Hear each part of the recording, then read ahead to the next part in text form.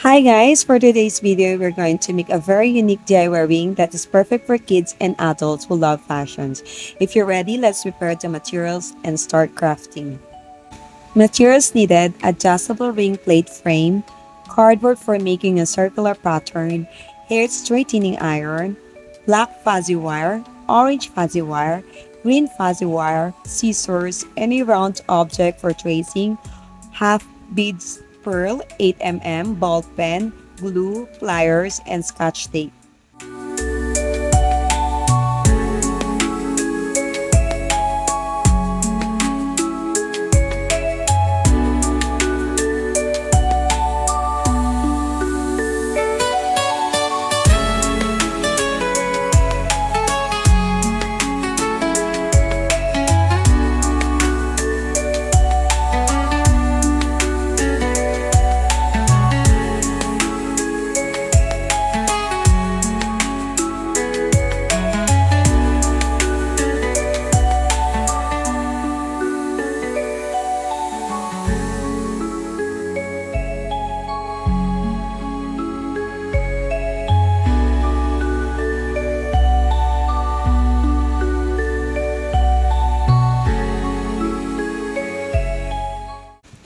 First, draw a circle on cardboard using any round object, then cut it out.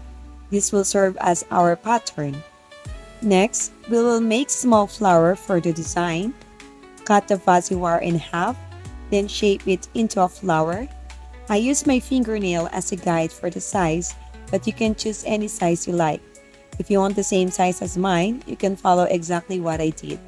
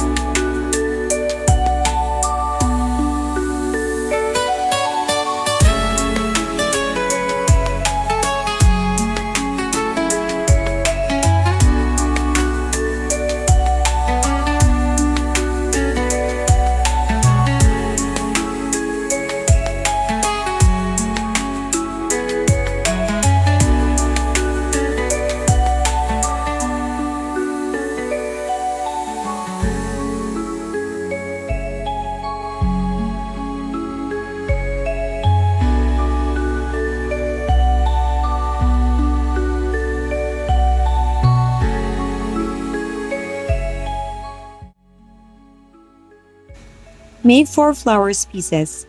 Once finished, flatten them carefully using a straightening iron. You can use any color you prefer, but I choose this color because it's my personal favorite. Now, shape the flower by holding the center and gently pushing the petals upward using your fingers. Please watch this video closely for this step. If it's too fast, feel free to pause the video to follow along.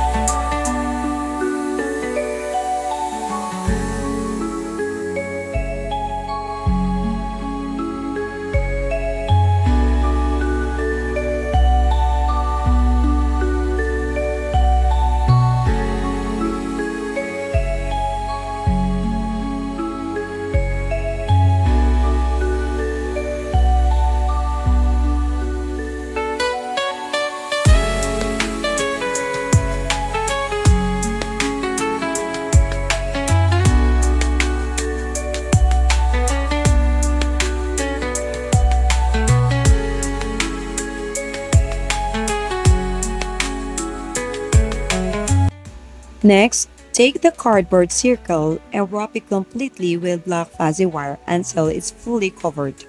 The cardboard is just a pattern. The fuzzy wire makes it strong and durable. After that, place the adjustable ring frame in the center. Make sure it's perfectly centered. Wrap it again with fuzzy wire in a circular motion.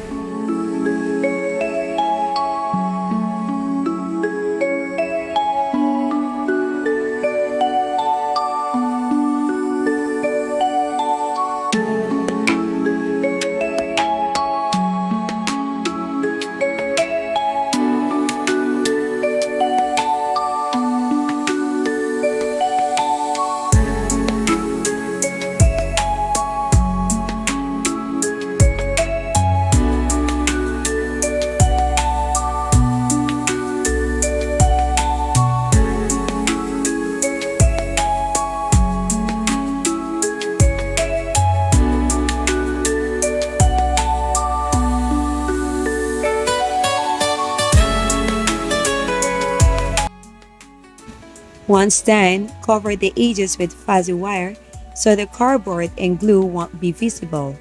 I use Scotch tape to remove any glue residue or white mark on the fuzzy wire.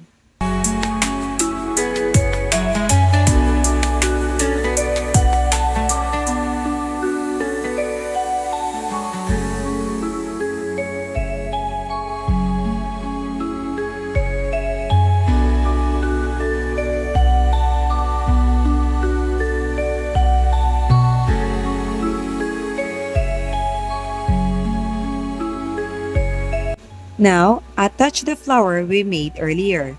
Make sure they are centered. Trim any excess wire to keep the design clean and neat. Then glue them firmly in place.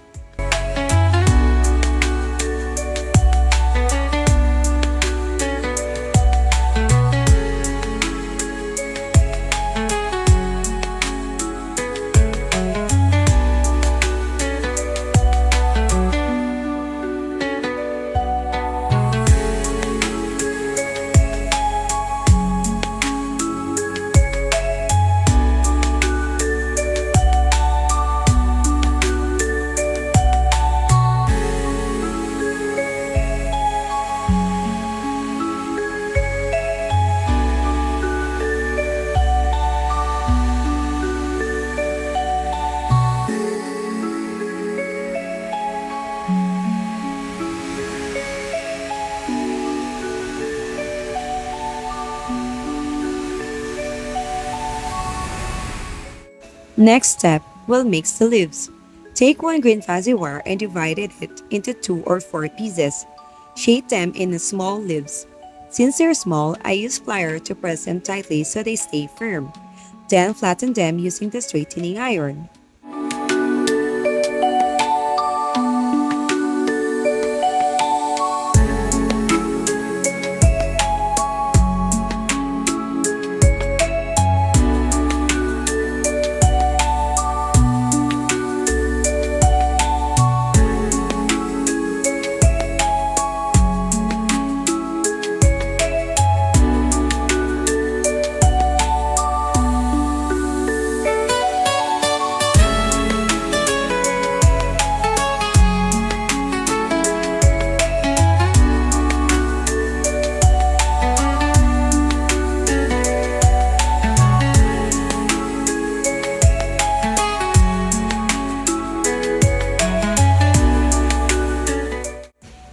Once you've made 3 leaves, glue them around the flower depending on where you want them placed.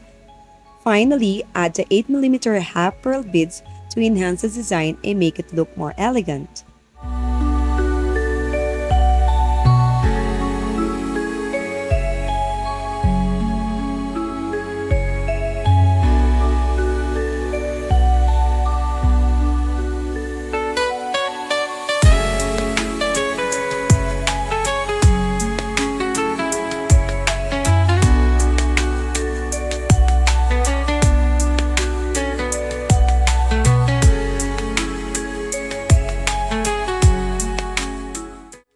And there you have it. This ring looks beautiful and elegant. It's perfect as a giveaway or gift for kids. And it's also stylish enough for adults. I personally use this ring and look is very attractive on the hand. It's really catch the people attention. If you enjoyed this video, don't forget to like, share, and subscribe to my channel so you'll be updated on my latest DIY video. Thank you so much for watching and I see you in my next video. Bye!